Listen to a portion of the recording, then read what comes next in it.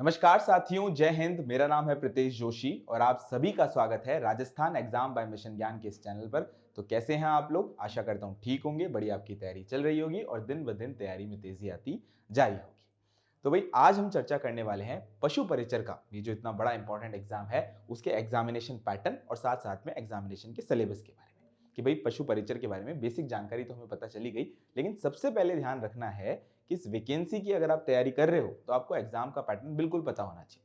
Time यहाँ पर बढ़िया मिला है, सितंबर के अंदर एग्जाम है, तो पैटर्न के हिसाब से तैयारी करनी है, सिलेबस के हिसाब से तैयारी करनी है। तो सबसे पहले अपन चर्चा करते हैं और एग्जामिनेशन पैटर्न को देखते हैं। तो देखिए भाई, एग्जामिनेशन पैटर्न की अगर मैं बात करता हूं तो इस पूरी की पूरी पेपर को अपन दो पार्ट्स के अंदर डिवाइड कर सकते हैं। पहला है साहब भाग अ और दूसरा है साहब भाग ब।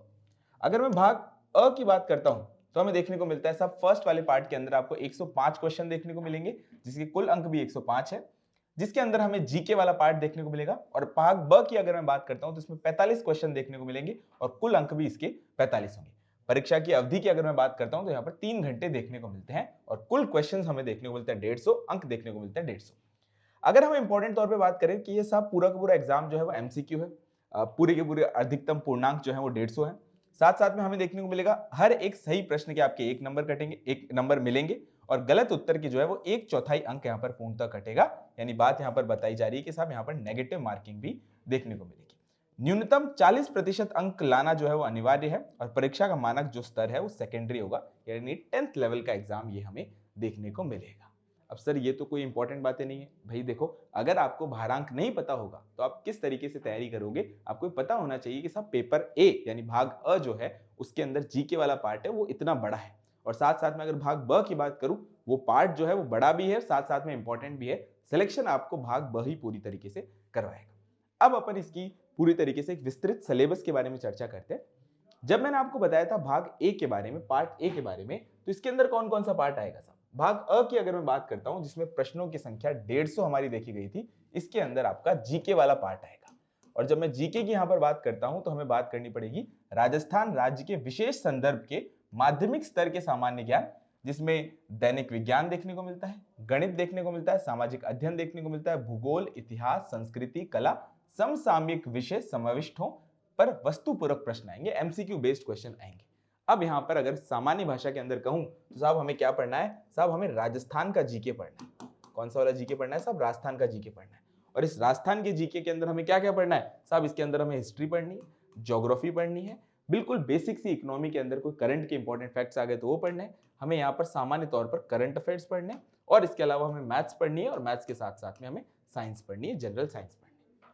क्योंकि 10वीं लेवल का एग्जाम है तो 10वीं तक की साइंस में पढ़नी, बड़ा इजी सा आएगा। लेकिन साइंस वाला पोर्शन बड़ा इंपॉर्टेंट आएगा क्योंकि एक तरीके से टेक्निकल तौर पर एग्जाम देखने को मिलेगा। अब अगर हम टोटल सिलेबस की बात करते हैं तो ये वाला जो पार्ट है, राजस्थान जीके वाला जो पार्ट है, 105 क्वेश्चन आएंगे, 105 अंक आएंगे और प्रतिशत के हिसाब से अगर हम बात करते हैं तो यहाँ पर 70% सिलेबस जो है वो इस राजस्थान जीके वाले पार्ट से आएगा।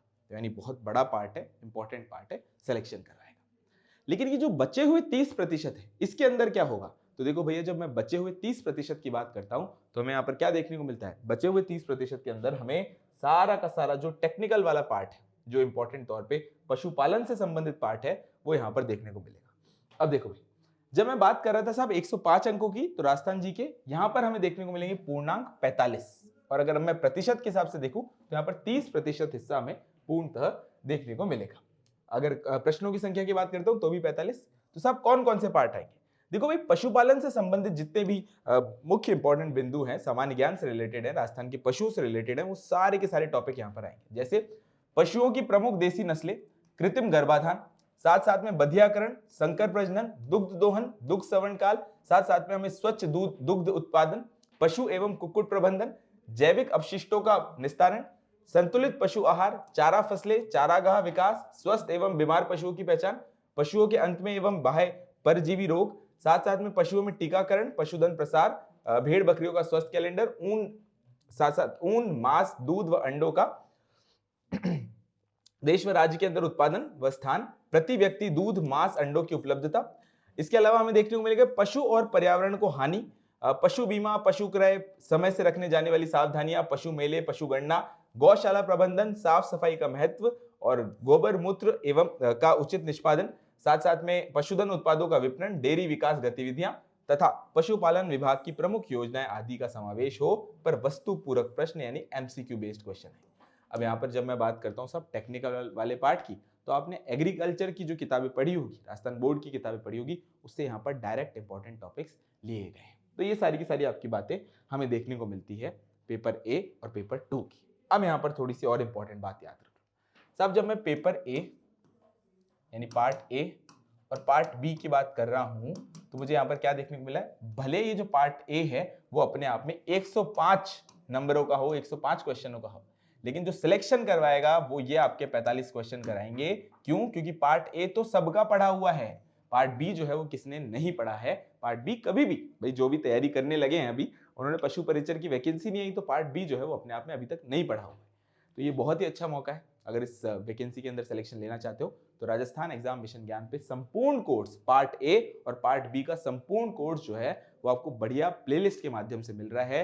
बिना किसी टेंशन के शानदार तरीके से तैयारी में लग जाओ और अपना सिलेबस भी कंप्लीट करो। समय बहुत अच्छा है। इसके एग्जाम की अगर डेट की बात करता हूं तो यहाँ पर हमें सितंबर के अंदर जो है वो एग्जाम देखने को मिलता है, तो बढ़िया टाइम है, अच्छे से तैयारी करो। 100% पशु परिचर का अगर आपने सपना देखा है कि साहब हमें एनिमल अटेंडेंट बनना है, तो इससे सुनहरा मौका नहीं।